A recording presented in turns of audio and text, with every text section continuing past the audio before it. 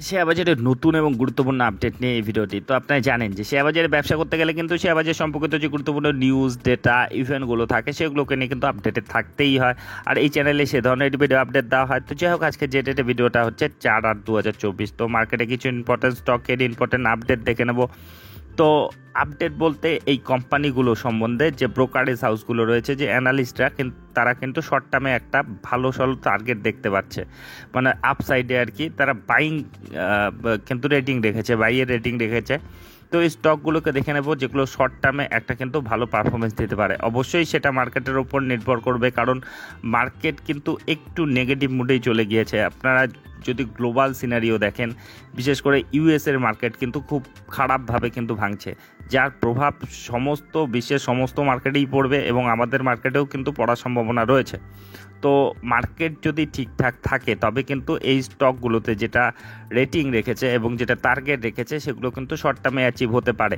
তো এগুলো আমার তরফ থেকে কোনো টার্গেট না, এগুলো বিভিন্ন যে অ্যানালিস্ট সংস্থাগুলো রয়েছে, যে ব্রোকারেজ হাউসগুলো রয়েছে তারা রেখেছে। তো দেখে নেব সেই আপডেটগুলো। তো প্রথমে যে কোম্পানিটি দেখে নেব সেটা হচ্ছে বিড়লা সফট লিমিটেড। তো যেটা আইটি এবং সফটওয়্যার নিয়ে কাজ করে, এটা কিন্তু গত দিন প্রায় 6%-এর মতো কিন্তু বড় সড়ো কারেকশন একটা দেখিয়েছিল। আপনারা জানেন গতদিন মার্কেটও কিন্তু ভীষণ রকম নেগেটিভ ছিল। আর আইটি, বিশেষ করে যে ইউএসের যে আইটি ইন্ডেক্স রয়েছে সেটা কিন্তু খুব খারাপ পারফরমেন্স দিচ্ছে বলা যায়। যে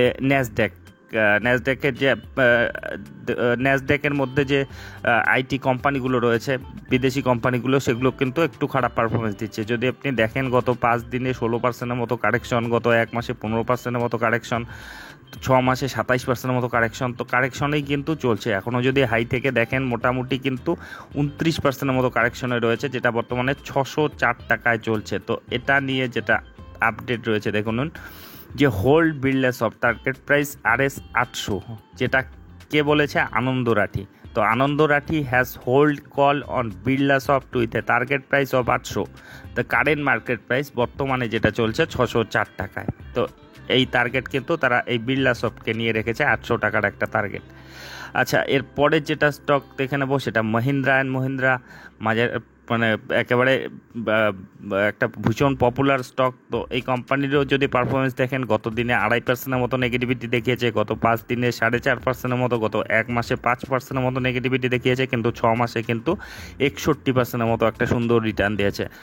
তো যেটা বর্তমানে 2755 টাকায় চলছে। তো এই স্টকটি সম্বন্ধে যেটা আপডেট রয়েছে দেখুন, buy Mahindra and Mahindra, target price RS 3257। LKP securities যে সংস্থা রয়েছে তারা কিন্তু বাই কল রেখেছে on Mahindra and Mahindra with a target price of 3257 টাকায়, যেটা বর্তমানে চলছে 2755 টাকায়। তো এর পরের স্টকটাতে চলে যাব, যেটা হচ্ছে IOCL, Indian Oil corporation limited, যেটা 1.5%-এর মতো নেগেটিভিটি দেখিয়েছিল লাস্ট ট্রেডিং সেশনে। গত 5 দিনের হিসাবে দেখলে 2%-এর কাছাকাছি নেগেটিভিটি, 1 মাসে কিন্তু 4%-এর মতো পজিটিভিটি রয়েছে, গত 6 মাসে সামান্যই পজিটিভিটি রয়েছে। তো এই স্টকটি সম্বন্ধে যেটা আপডেট রয়েছে দেখুন, hold Indian Oil Corporation, target price RS 199 টাকার কিন্তু টার্গেট প্রাইস রেখেছে Anand Rathi has hold call on IOCL Indian Oil Corporation with target price of 199, যেটা বর্তমানে চলছে 176.93 টাকায়। তো এটা সম্বন্ধেও কিন্তু বুলিশ রয়েছে।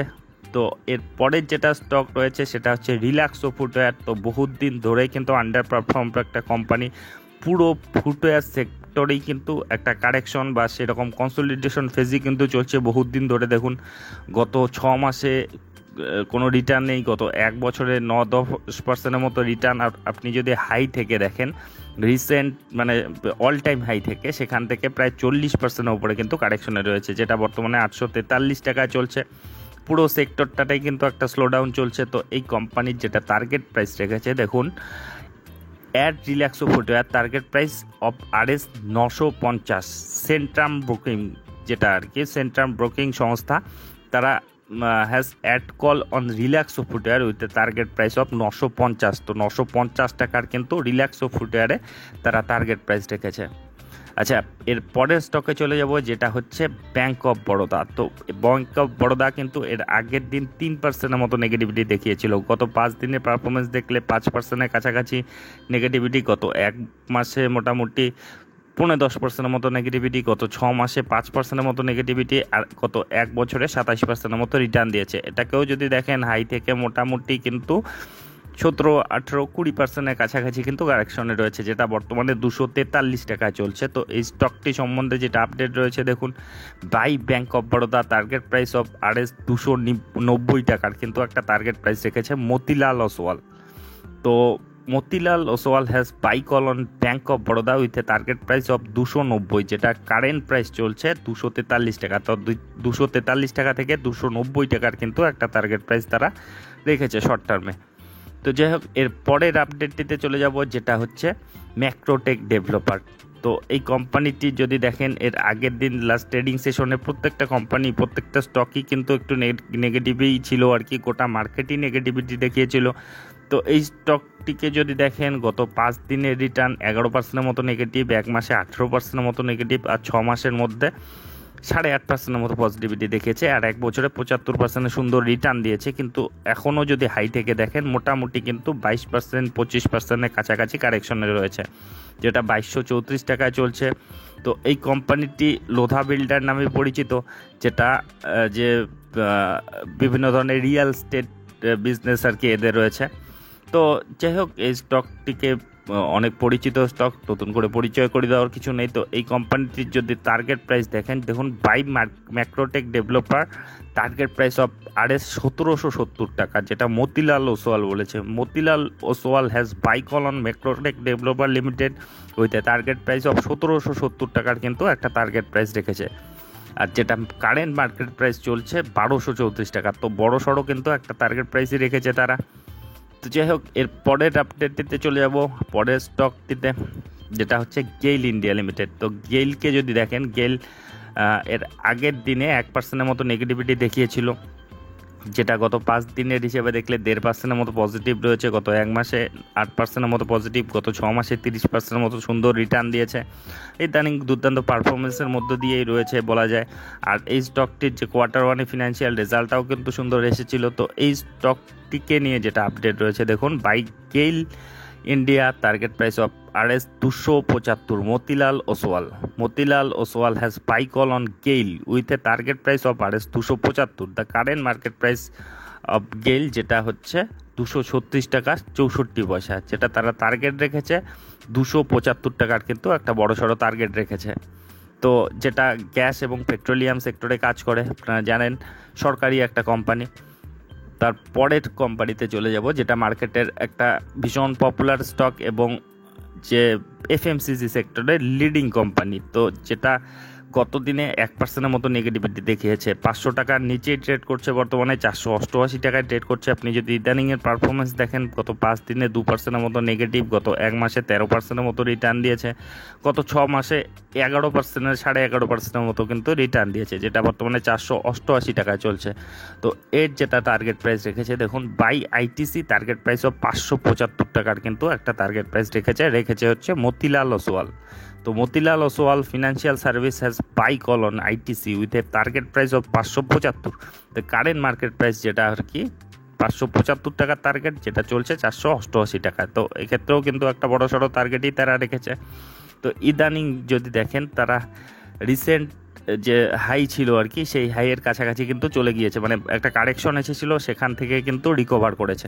কারণ আপনারা জানেন যে এর যে Q1 যে ফিনান্সিয়াল রেজাল্টটাও কিন্তু পজিটিভ এসেছে, আর বাজেটেও এরা যে ধরনের ব্যবসা করে, বিশেষ করে এদের সিগারেটের বিজনেস থেকে সবচেয়ে বেশি রেভিনিউ আসে। আর এবার কিন্তু সিগারেট বা সে জাতীয় দ্রব্যের কোনো রকম কিন্তু নতুন করে ট্যাক্স লাগানো হয়নি। তো যে মানে যেটা প্রত্যেকবারই একটা স্বাভাবিক ব্যাপার থাকে, যে এ ধরনের যে প্রোডাক্টগুলো থাকে সেগুলোতে কিন্তু ট্যাক্স বাড়ানো হয়। তো যেহেতু এবার বাড়ানো হয়নি, সেক্ষেত্রে কিন্তু এই স্টকটি আবার পজিটিভ পারফরমেন্স দেওয়া শুরু করেছে বহুত দিন একটা কনসলিডেশন ফেজে থাকার পর।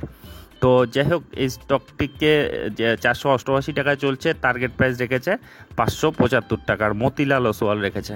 আচ্ছা, এরপরে যে শেষ স্টকটি দেখে নেব সেটা হচ্ছে জোম্যাটো লিমিটেড। এটা আগের দিন মার্কেট বড় সড়ো নেগেটিভে থাকা সত্ত্বেও একটা ভীষণ বড় পজিটিভিটি দেখিয়েছে, যেটা 12% মতো একটা মানে বড় সড়ো র্যালি দেখিয়েছে। 262 টাকা, মানে গত দিনে 28 টাকার মতো বেড়েছে, এবং যেটা হাই মেরেছিল 278 টাকার অল টাইম হাই মেরেছিল। আপনি যদি দেখেন ইদানিং দুর্দান্ত পারফরমেন্সের মধ্যে রয়েছে।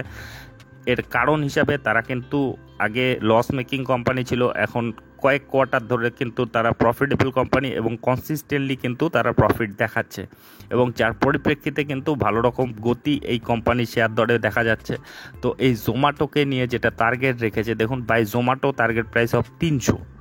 মতিলাল ওসওয়াল যেটা বলেছে, দেখুন Motilal Oswal has buy call on Zomato limited with a target price of RS 300, the current market price যেটা 262 টাকা 74 পয়সা। তো যাই হোক, একটা মোটামুটি বড় সড়ো টার্গেট প্রাইসই রেখেছে তারা।